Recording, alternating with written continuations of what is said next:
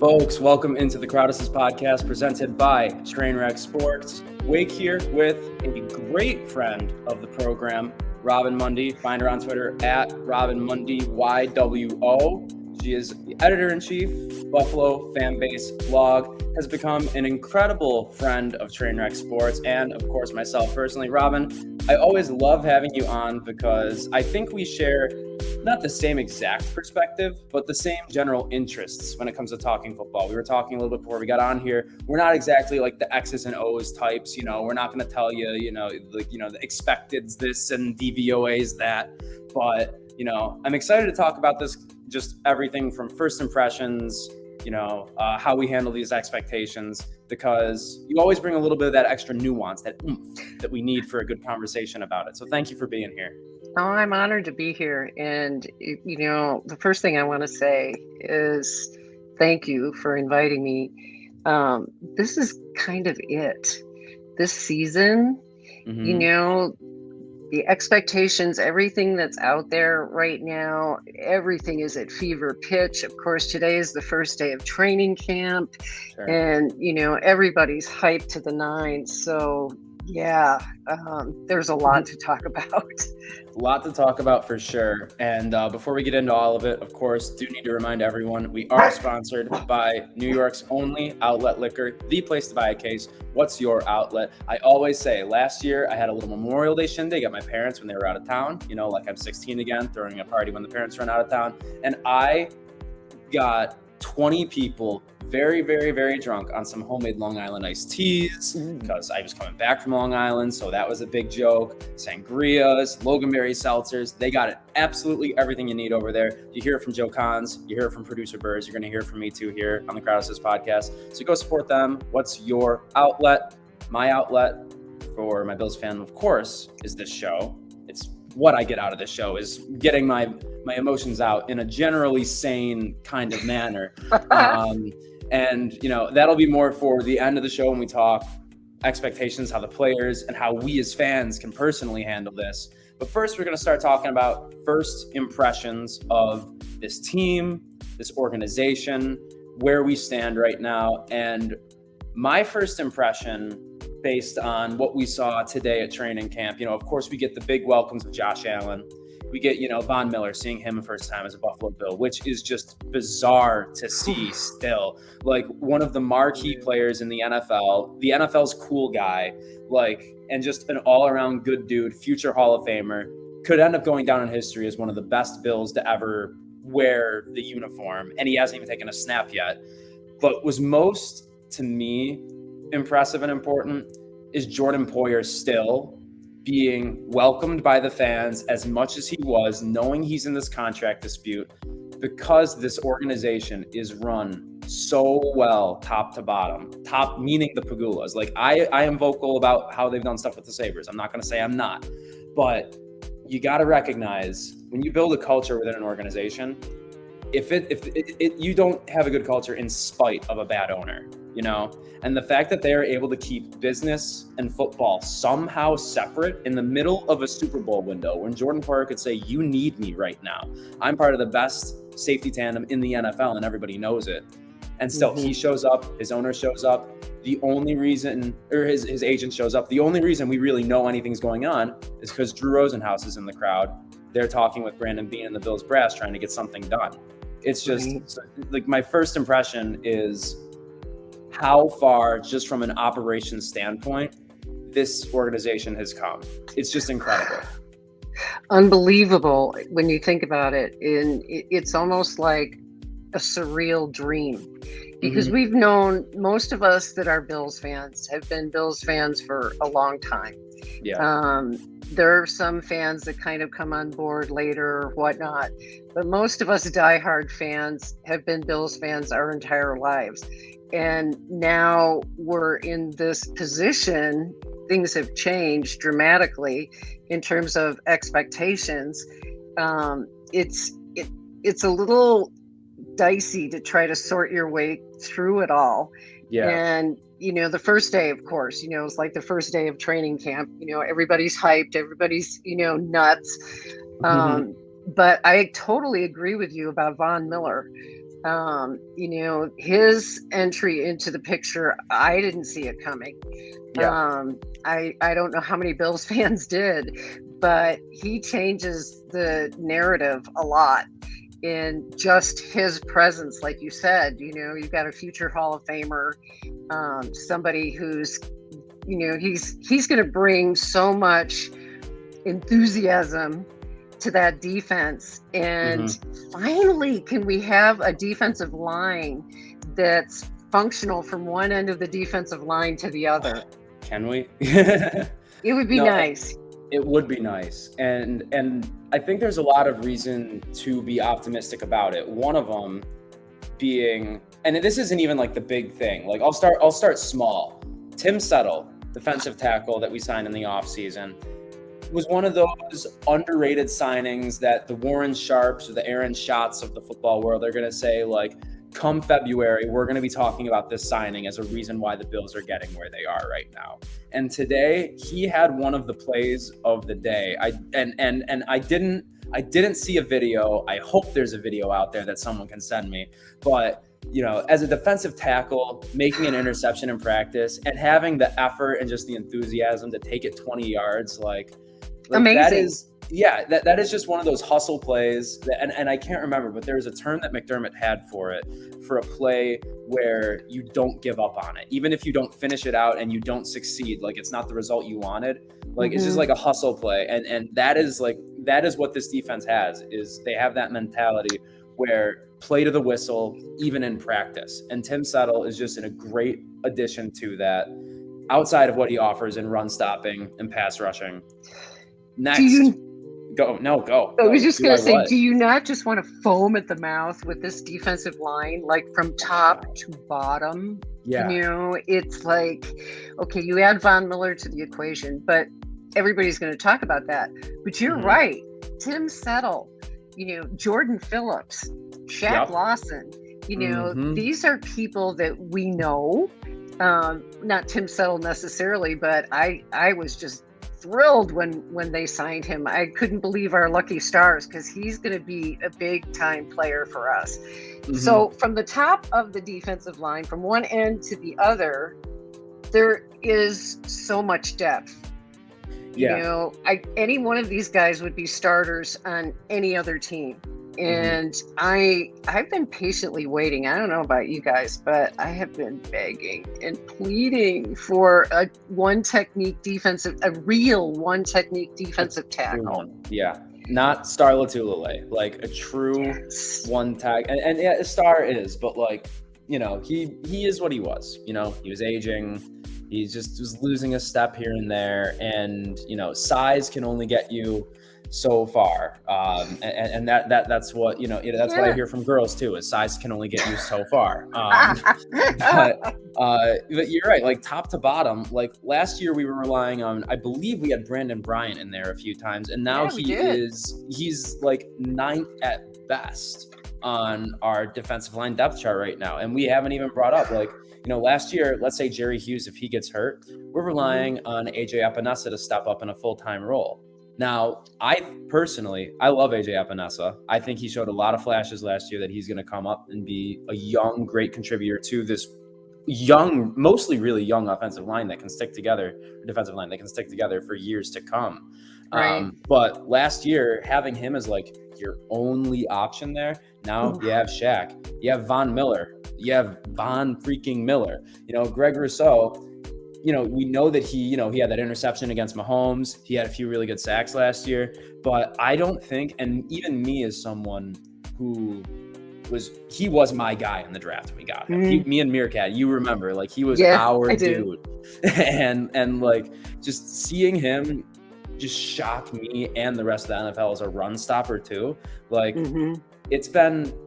that has probably been the most aggravating part. Like if we can compare it to talking about what's been going on with the Sabres for a few years, it's like the Sabres goaltending has been our run defense. It's like if we could just get that a little bit, like so many things could be different. And I think Rousseau is going to be a big part of that for a long time. Like, top to bottom. Does he look to you? Rousseau looks to me like he's put some beef on up top. Yeah, no, that's what I heard too. I heard him and Gabe Davis really bulked up in the offseason. Davis's thighs. I was just like, whoa. I need to see him squish a watermelon between those things because I know he can. Unbelievable. A lot of guys showed up. When you saw the pictures of people coming into camp, a lot of guys showed up big. Jordan Phillips looks bigger than what I remember him being when he played for us before.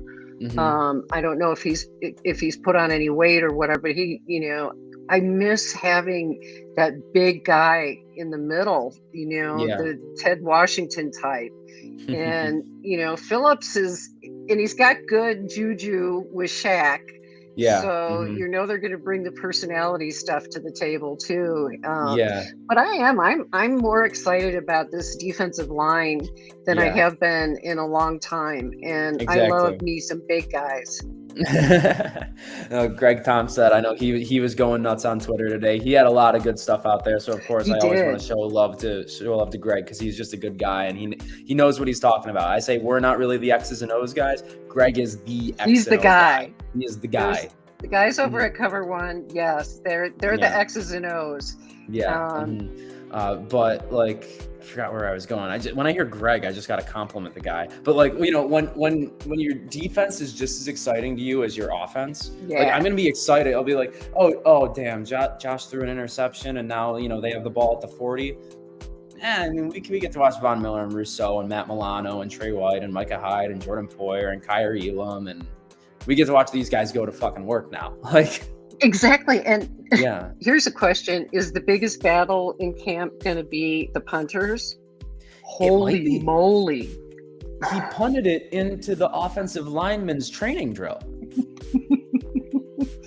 Come on. It was nuts. I saw that. It just went. It was Joe nuts. Biscaglia's Puntapalooza is going to be at record heights. This year, St. Francis grad, gotta shout out the St. Francis grads out there in Bills Mafia, and especially. Yay!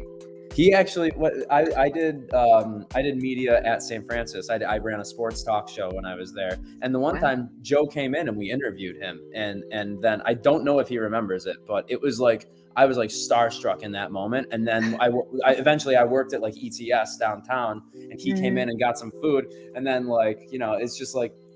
it's just fun seeing the Franny's guys, and people were coming up to him just being like, man, Joe, they were trying to like shoot the shit with him about sports. Like, I'm just trying to have my talk on him. Like, yeah, St. Francis is running Bill's media right now. Yeah. But amazing. No, it's fun to see. Yeah, no, it's fun to see, all the connections in Bill's Mafia. But no connections possibly quite like Josh Allen and Gabe Davis. Like, obviously Diggs, the equation's the equation for a reason. But like here, they had a very good connection today. Gabe Davis ended the season on such a strong note, obviously, NFL records in the playoffs. And Allen was asked in his press conference today about what he's seen from Gabe Davis. And he said that now, Gabe Davis is coming into his own, not just on the field, but in the huddle too. As a leader, he's more vocal than he was in the past 2 years. And maybe he thought that, I have to earn the right to be vocal. And he definitely has earned that right now. Yeah, he's not a kind of guy. He's not a yammer kind of guy. He's the kind of guy when he has something to say, people are going to listen, Exactly. But he's funnier than hell too. You see both sides of him, but he's so dedicated to his training. I mean, you can see that in each year, he comes back and he's more mature. He takes that next step. And I'm so excited to see what he can do on the other side of Diggs, because I think in a full-time position there too. Yeah. Now he knows it's his job, and I don't fear for him that he's going to have any trouble, adjusting to the pressure at all. I think he's one of those guys that kind of thrives on it.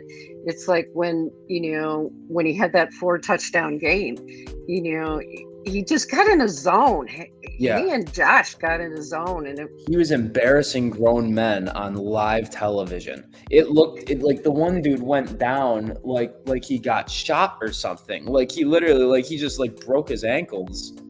Like he is going to get a lot more extra attention this year. And there's a lot of people on the offense that have to get a lot of extra attention this year. And I think this is kind of a good way to transition into talking about what aspects of last year's team will carry over to this year's. And the reason I brought this up, the reason I asked you to prepare about this too, is because in Josh Allen's press conference today, he said something to the effect of, nothing we did last year carries over to this year. Right. It's a different team. It's a new year. We have 0 wins. We're not in the playoffs. It doesn't matter. But there's some things like, God, I hope they transfer over to this year, right? Mm-hmm. One of them being, Greg Thompson, this is the one point of his that I wanted to point out, that at least he was the first one to say it, that McKenzie was getting first team snaps in the slot over Jamison Crowder, who is probably one of the most respected slot receivers in the entire NFL.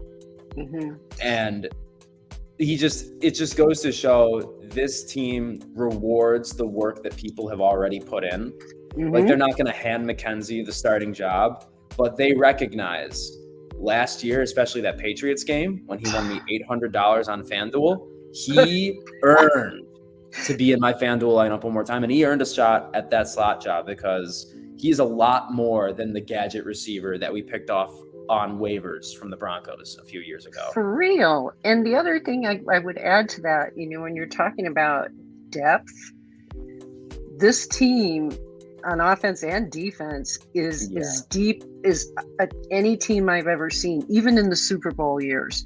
Yeah. Those were some really talented teams. And this team, I think, is as talented as any of the Super Bowl teams that we had back in the day. But we have more depth now. Yeah, exactly. And kind of one of the big worries, not really for me per se, I was happy with the Ken Dorsey hire.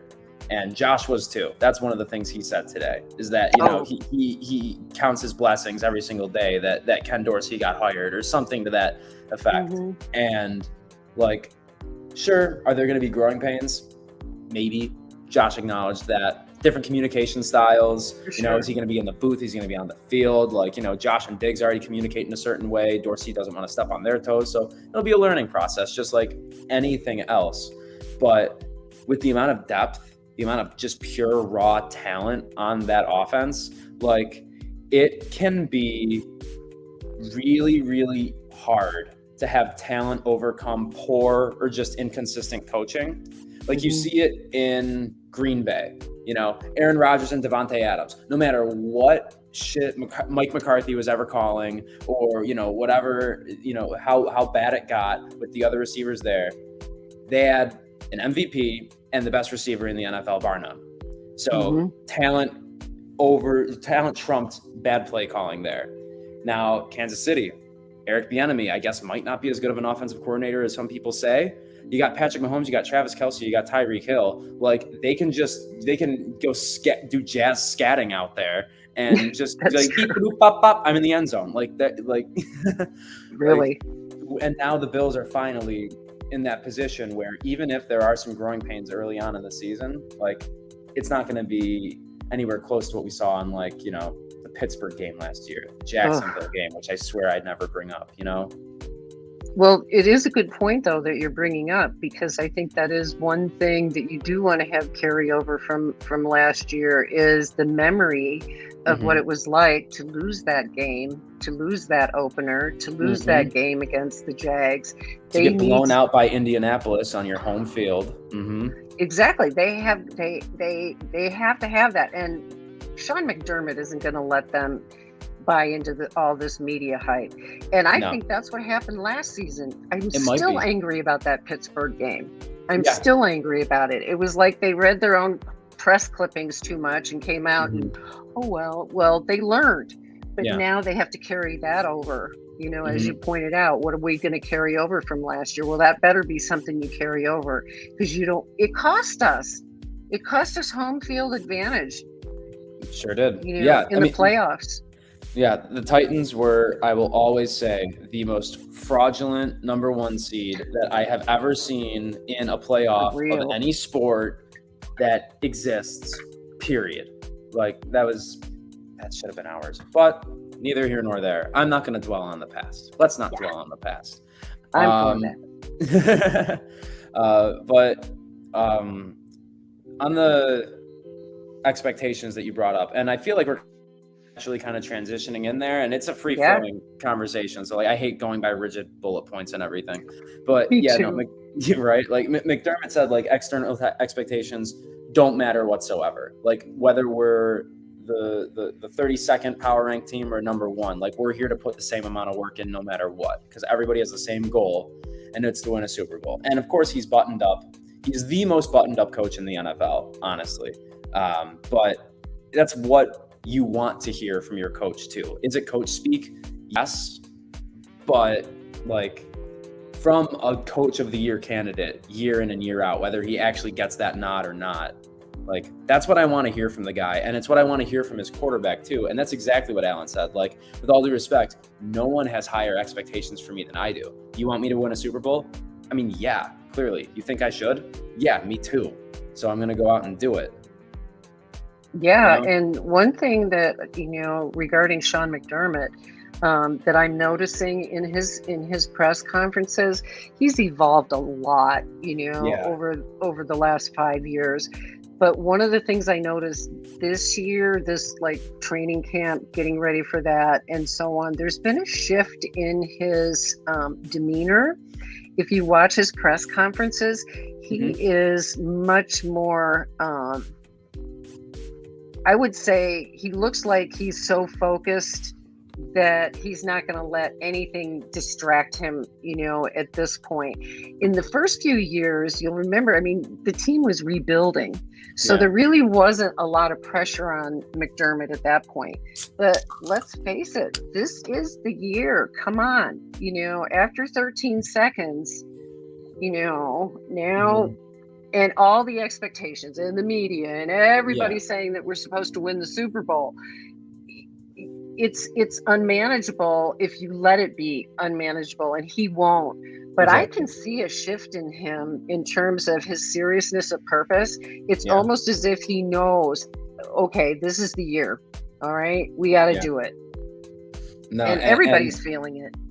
Oh yeah, for sure. And you kind of get that sense in everything they did this offseason. Like, Von Miller is the most, and we can bring him up in every single talking point that we ever have all season long. Like, that is the most win now move that I have seen from maybe not even a Buffalo sports franchise, but just a professional football team in a really long time. Like, you could argue the Rams trading for Stafford, but that was kind of like the beginning of their dynasty, That was getting them to be in win now mode. The Bills recognized that this window was opening, and if they didn't do something quick about it, it was gonna close. And the hallmark of a Sean McDermott team, hallmark of when he was down in Carolina, like, is the defense. He has a strong defense that's physical, tough, nasty, and hard to play against. And he noticed that just wasn't really a thing anymore. So he probably looked in the mirror and said, you know what? I know I'm a great defensive mind. I know I'm a great defensive coach, but a superstar can't really hurt, And then you get Von Miller. You go out, you prioritize getting J.D. McKissick. What happens? Because all these teams are trying to have that dynamic pass-catching running back. And then, then we bring in Duke Johnson and we bring in James Cook, trying to mimic all the success that pass-catching running backs are having in the league right now. And there's a reason for it. Josh Allen, he can improvise all damn day long, but sometimes that nice little 20-yard dump off to a running back, it's nice to be able to rely on that, That's the thing that has been missing in my view on offense, is a little short passing game.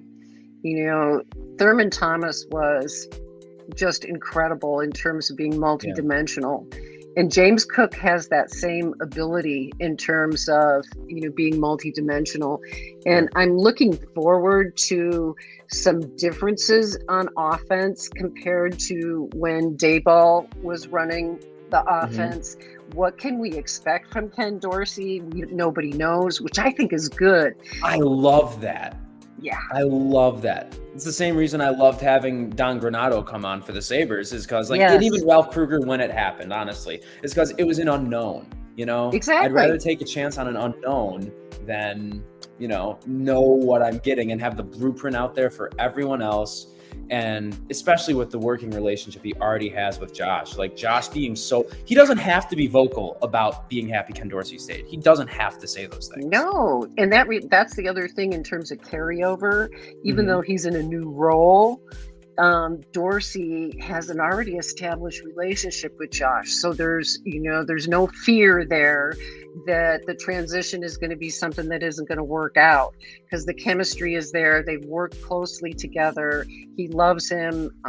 Josh loves, he loves Ken Dorsey, and Dorsey. I'm anxious to see what kind of little wizardry he's going to bring to the offense, because Yeah. he's a fun guy. He Yeah. played quarterback, so he knows. He's got, how many college records does he still hold? Yeah, right. He's an inventive kind of a guy. He sort of reminds me of Dayball in that way, in terms of being Yeah. daring and trying different things. But the one thing I've been begging for and hoping for, and maybe this year we're going to have our 2 tight end sets. Please. Oh, don't you get me started. Don't you get me started. Oh, please start. Okay, Please. well, I'll get started. The idea of, and it was back in May, I keep talking about this Greg fella, but Greg Thompson and I, like on the same day, I remember, tweeted about how amazing it would be to have OJ Howard, Dawson Knox, Reggie Gilliam, like James Cook and Gabe Davis out there, because they all can catch the ball. But everyone who's not James Cook is a freaking mauler and will knock down every guy in his path. Add in the physical and athletic offensive line with Spencer Brown, Mitch Morse, who is still one of the most underrated centers in the NFL. The way he can get up the field and just clear lanes and like through linebackers is something absolutely out of this world. And the thought of having our like jumbo kind of set be just as lethal down the field as it is running the football. Yes. Like, we don't need our best receiver on the field. We don't need Stephon Diggs on the field to get down the field with that kind of capability. It's unbelievable. Exactly. I never really understood why Dayball was allergic to 2 tight end sets. It never made sense to me, especially after, wasn't he the tight end coach when Aaron Hernandez and I believe you're Gronk right. were together? Yeah. Mm-hmm. And it seemed like, you always draw, like, I can tell, like, just in my personal work, like in the marketing that I do, like I draw things from my first like internship doing email marketing into what I'm doing right now. Right. I can't imagine why Brian Daboll, go back to New England, wouldn't bring that over to here. And maybe he didn't think he had the skill set, maybe. Like, it's Tommy Sweeney was our backup last year. Like, so, I mean, I get it, but also he's a pure athlete. He's a Josh Allen of tight ends. So it could have been worth the shot. It's such a great way to open up mismatches. Like I said, I'm not an X's and O's guy, but like with 2 tight end sets, goddamn, I'm close. Yes, please bring it on. Music to my ears. Oh my goodness. That might be a shirt that we need to put out, is give me something about 2 tight end sets. I got to get a 2 TES. Yep. Yeah. We do have the one I'm going to put out is going to be a, the Ass Man license plate from Seinfeld. It's gonna be Bassman. Yes. Very, very simple, but it's gonna sell like hotcakes. So Dell, I know you actually retweeted this show. If you're watching, just fire up the presses now and just get that going, because people are gonna want it, For real. Yeah. Speaking of Tyler Bass, he was not in the top 10 of kickers in Madden this year. And I wasn't gonna bring up Madden ratings with you because I don't think you would care. But come on. Oh, yeah. Robbie Gould got cut by 2 teams last year, and he's higher than Tyler Bass. Yeah. That's the disrespect. Yes. The disrespect for our ass man. Well, you know what? That's just fine. Yeah, right? It'll be just more fuel for the fire, exactly. This year. And speaking of things to carry over, though, like, I can't remember the last time. I probably can remember the last time, honestly, but it's so long ago that we had a kicker that, like, in the big moments when they actually did matter, like, love Steven Hauschka, but his kicks didn't matter when he was here. I'm sorry. Like, if he was on this team, I'd be happy to have him. But, like, Tyler Bass, rookie year, coming in and kicking an Indy. Last year, making big kicks in the playoffs. Like, I can't imagine. I always say I'm going to raise my child to be a field goal kicker because, like, it's got to be the easiest way to become a millionaire in the whole world. But, like, to have the poise at such a young age to come in and do that is just unbelievable. And now we're basically going to be watching it again with Ariza. Like, oh my God. I never thought I'd be excited about young special teamers. I know, but we have the potential to actually have, consistency, which is something that, we've lacked in that area for a long time. I'm curious to see, Coach Smiley, what's he all about? What kind of differences are we going to see with special teams with him, if any? Yeah. I don't know him very well. Yeah, I don't either. And I imagine that based on just like personnel, it's going to be the same kind of deal because it is, Sean McDermott likes to have people on defense dressed who do contribute on special teams. That gets prioritized over, a sixth or a seventh receiver or a third running back sometimes. And not running back because it's always Tywan Jones, but Right. You get what I'm saying? Like we'll have six linebackers. Like Terrell Bernard will probably be active a lot for special teams right now in his rookie year is my guess. And I guess he had a good first day at training camp today I too. was gonna just bring that up. All right, cool. He's Go a for it. guy that just absolutely fascinates me Mhm. because he was like the Matt Milano pick. I don't think very many people had him on their list, on their radar. Yeah. But obviously, Bean did, but he just hasn't, he's got that something like Matt Milano does, in terms of having a nose for things. When I watched his highlights, I was like, wow, this guy really is good. Mm-hmm. And he seems very instinctive. Yeah. And you didn't hear a lot of analysts talking about him before the draft. So that's why it was like, well, who's he? And I had to go check him out, but I think he could be a real asset for the team on special teams, and if he has to come in, can he fill the role? And the big question too we have is in terms of carryover of issues, Tremaine Edmonds. In terms of what's going to happen with Tremaine this year. Yeah, I'm not as down on him as a lot of other people. As a first-round pick, I think that he definitely could be doing better. If it was a second-round pick, I would be extraordinarily happy with him. I would say he's surpassed the value that I'd want him to. And the thing is, like, he probably plays. I mean, cornerback might really be the hardest position, like from a skill standpoint, but he had a lot on his plate very early, like being in the middle at 19, trying to command a huddle of people who have been playing in the NFL for years. He is someone I don't know if it's been talked about enough that could really benefit from Von Miller. Yes. Because like we always say, Rousseau, Oliver, Lawson, the defensive line is going to be really good because of Von Miller, but he is the definition of a pro's pro, a leader. And Tremaine, he's not, I remember coming out like he wasn't very outspoken, kind of like Gabe Davis actually. And luckily Gabe Davis, he doesn't have to command the offensive huddle, but Tremaine does. So I'm hoping that's probably what I want the most out of Von Miller this year. Do I want him to get double-digit sacks? Yeah, but like the future of this defense, he is here for that just as much as he is to help us win a Super Bowl right now. Absolutely, and Tremaine is 24 now, so he's so young, and I think people forget that people develop physically, at different rates. It's like what we saw with Josh. When Josh came to the University of Wyoming, like he weighed like 190 pounds or something like that. He was 6'2" or 6'3" then.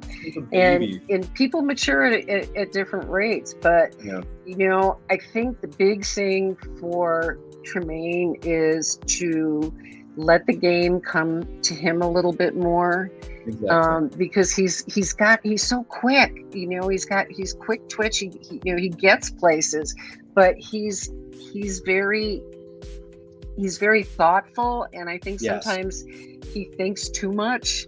Yeah, And no, because sometimes he'll make a play. I remember in the Kansas City game in particular, he had one play where from the snap, he started sprinting to the sideline from the middle of the field because he knew exactly Yeah. where he was going to hit the running back, and it was a 4-yard loss. And I think it was on like a 2nd and short that made it made it 3rd and long, and then we got the 3rd down stop there. That's the Tremaine Edmonds we need. I would rather him be extremely decisive and be wrong about it. You know, because then like at least people are like, okay, Matt Milane's like, oh, he's going there. Okay, like I know I have to at least keep my right eye, like, you know, this periphery, you know, I gotta be cognizant of the gap over there.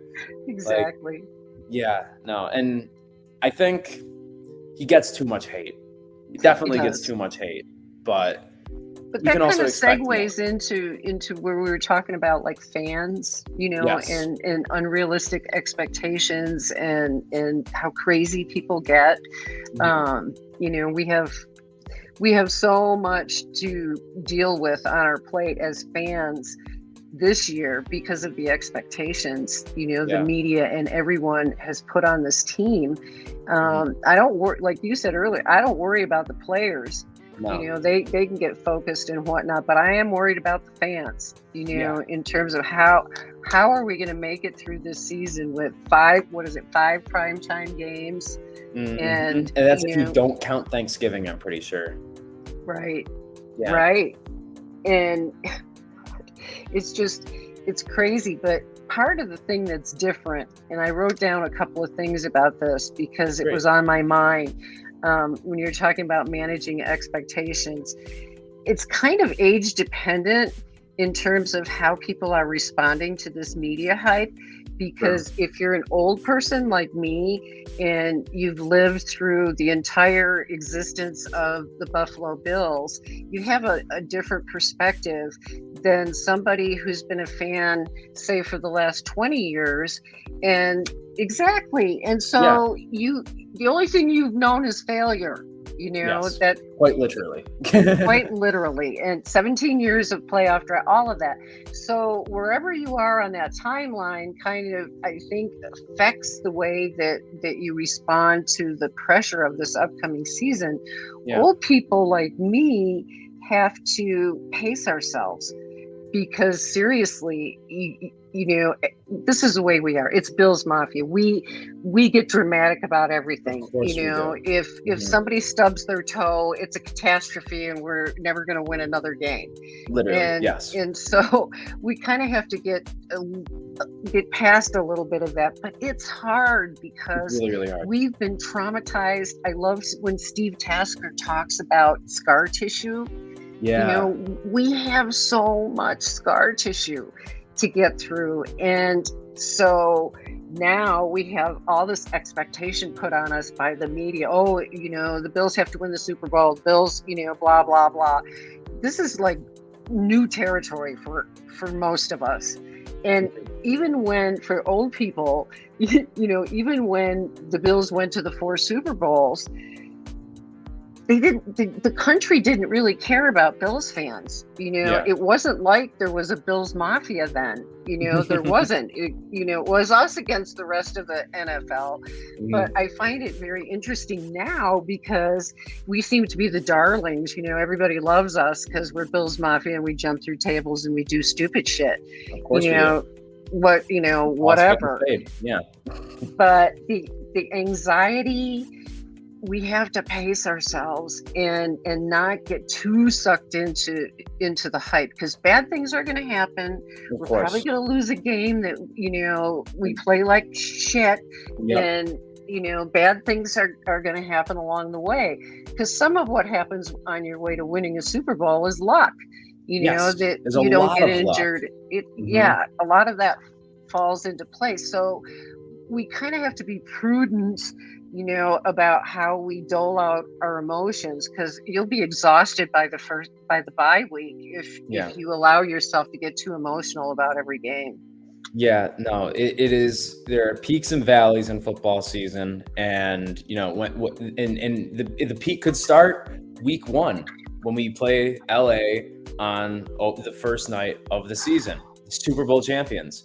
That game itself is going to swing a lot of people in Bills Mafia one way or another. If we lose that game, the national media is going to say they just lost to the defending Super Bowl champions, the best quarterback wide receiver duo in the NFL, potentially, in Kupp and Stafford. I'm not going to say they are, but someone made the argument. I'd listen to it. McVay, outstanding coach, really intelligent. They still have Aaron Donald, the best defensive tackle maybe in NFL history by the time he's done playing, maybe already, who knows. Like, that if we lose that game by 3 points, people are going to say we're missing the playoffs. But no one outside of the 716, right? And so, like, I know last year, did I spike a drink on the ground walking out of that Mac Jones threw 3 passes game? Sure. Of course I did. Am I going to spike a few more this year? Maybe. We'll see how many games I go to.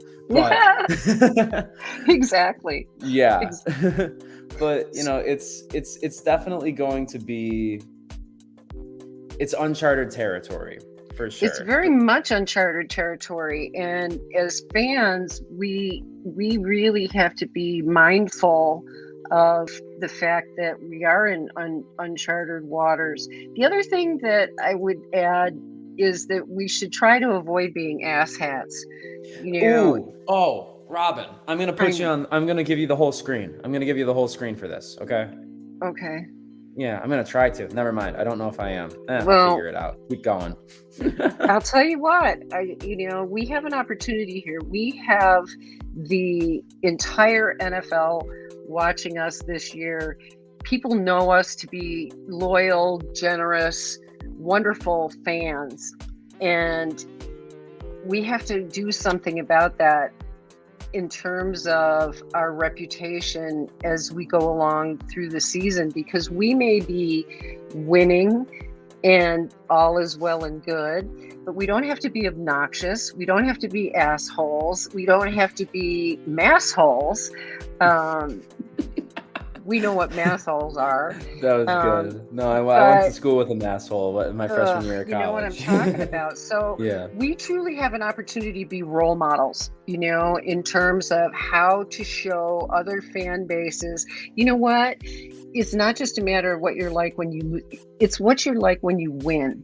Are you gracious? Are you going to be a jerk? I don't, people can do whatever they want, but I don't hold a lot of regard for people that are trolls and just try to stir up shit on social media. So I hope if we really do have the season that I think we could have, I hope that as a fan base, we take our reputation to the next level and show other teams how you can be a classy fan base and still be full of all sorts of fun and games. Yeah, no, passion can manifest in more ways than being a sore winner or being a sore loser. Like if you don't honestly, like if the Bills are having a bad game, my advice to everyone is don't go on Twitter. Literally, like talk about it with people that you're actually with. Have verbal conversations about it. It's like if I wasn't with Trainwreck Sports, I'm telling you, I would not be on social media as much as I am, if at all. Like there's just I agree. I much more value, screaming at someone sitting right next to me because he thinks Josh threw the pass too early and I think the receiver ran the route wrong. I would much rather scream at my friend Faz, punch him in the face, have him throw a chair at me, and then we'll just slap each other up and then crack open a beer right after. Like, that's what I'm talking about. He's civilized people here, everybody. Really. There's nothing civilized about social media, and it just affords this opportunity for people to show their assholery on a regular basis. And especially if we're losing, there is nothing. Maybe the thing that makes me most mad about social media and sports fandom is, like, let's say Khalil Shakir's in a big spot we don't expect him to be this year. And it's his job to catch the ball in the end zone, and he's got the receiver beat, and he just loses concentration. God forbid, let's say something like that happens. You know what his DMs are going to look like. You know what people are going to be saying to him on Instagram? Why is that how people react in that situation? That's not going to want to make him play for the city. That's not going to want to make him put money into your FanDuel account. Like, no one cares except for you. Right. Yeah. And the thing about social media bringing out the worst in people is it's the confounding thing about social media, because while it can do some terrible things, at the same time, it can afford opportunity for terrible things to happen. It's such a blessing.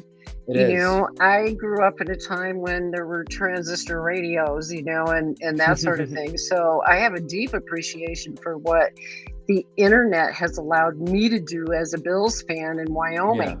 Right? 30 years ago, I was the only Bills fan in the state, and now it's a whole different story. But the internet can be a blessing and a curse, at the same time. But my message to the fan base is, let's be role models and not jerks. I think that's a great way to end the show, honestly. Let's be role models and not jerks. There are big expectations for the Bills this year, and just doing anything of the assholery that we have spoken of will not make the ride as good as it can be. Enjoy the ride. Like Robyn said, if this was 30 years ago, obviously I wasn't born, but we would not be able, you in Wyoming and me in Buffalo, to talk Bills football on a podcast, live streaming on Twitter. I wouldn't even know who Robyn is, and she is one of my best Twitter friends right now. So use Twitter for good, use social media for good, spread positivity, and if you got to scream at anyone about the Bills, make it someone who you already know and love, and do it in person. Yeah. And make that your outlet, because our outlet is Outlet Liquor. Crazy segue, amazing stuff. Make sure you support them. George Urban Boulevard in Depew. I know you have some more summer parties coming up. We got a month and a half left of great summer weather, so make sure you take advantage of the great prices at our friends at Outlet Liquor. But that will do it for us here on the Crowdless podcast. Robyn, I said I love the nuance you bring to the conversation. I'm very thankful that you are here. I hope we can do this more as the season rolls along. I'm available anytime. Love working with you. Love to hear it. We'll do this again soon. Thank you, everybody, for tuning in. For myself, Robyn, all at Trainwreck Sports.